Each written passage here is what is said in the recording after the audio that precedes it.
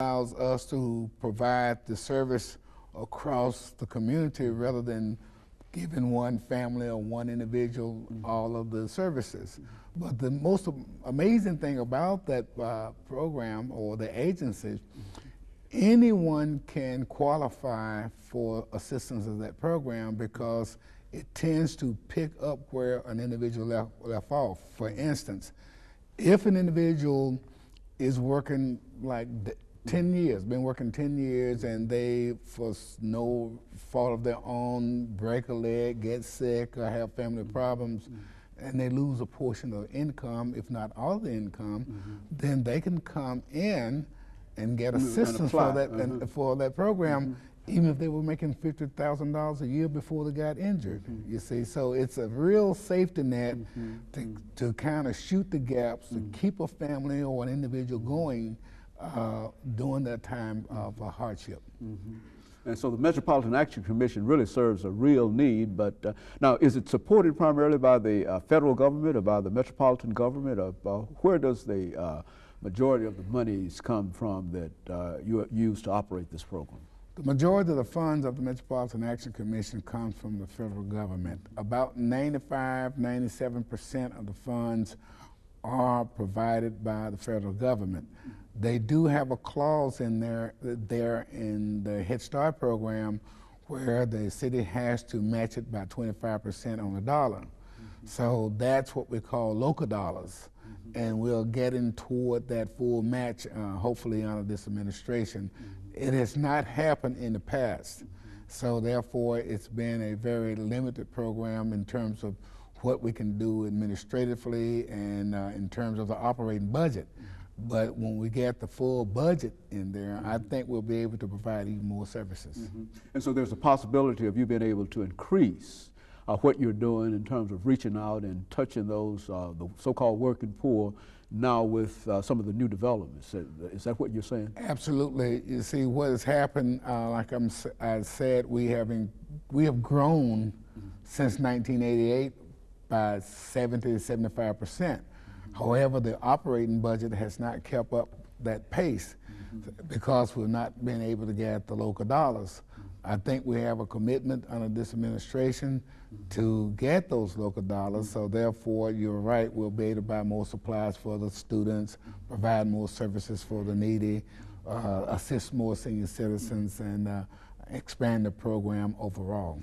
You know, I think one of the most important elements in the Metropolitan Action Commission has to be Head Start. And of course, we have only a minute before our first commercial break here, Mr. Hunt, and I don't want to raise any questions dealing with that and then have to interrupt you. But really what I think we'd like to do today in dealing with Head Start is to talk about some of your experiences and some of the things that you found dealing with the education of young children. That is to, you know, you've been involved in this a long time in Head Start, and you've been involved with Head Start and et cetera. Perhaps by the end of the show, we can at least leave with some impression in reference to what we have to do in order to educate our young children and some of the things that you have seen that we need to do or some of the things that we shouldn't do, and let's do it from that perspective. I think that with all of your experiences in Head Start and with the program and et cetera, we should be able to do that, and we'll do that when we come back during this second segment. And of course, we'll be back with you following this short commercial break.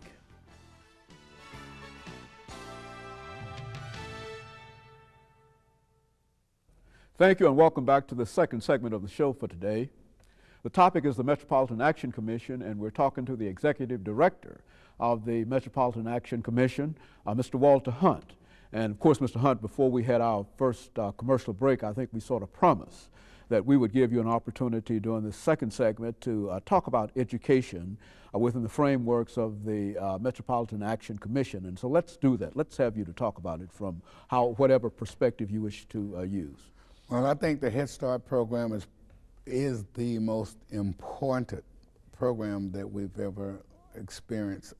It's the only program that I recall surviving both parties, Republicans and Democrats in Congress, and the program has really grown.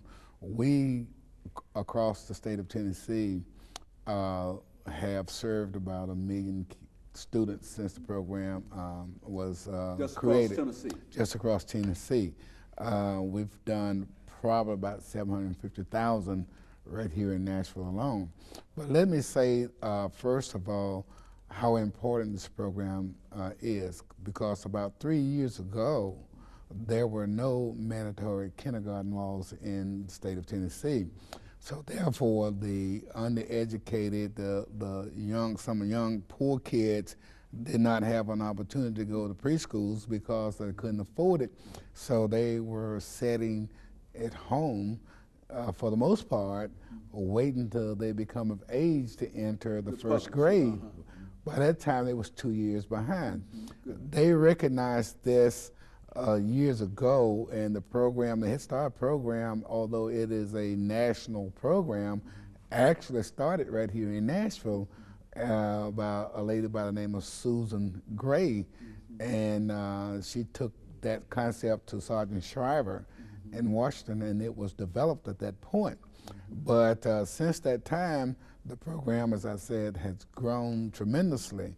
One of the things that we find in a lot as early as the Head Start students is some of the same problems that we see in the older kids today. They have sometimes a lack of self-esteem, lack of direction, because they've not had that kind of training. So when we look at the students that we have put through the Head Start program, they tend to do better in school. They are more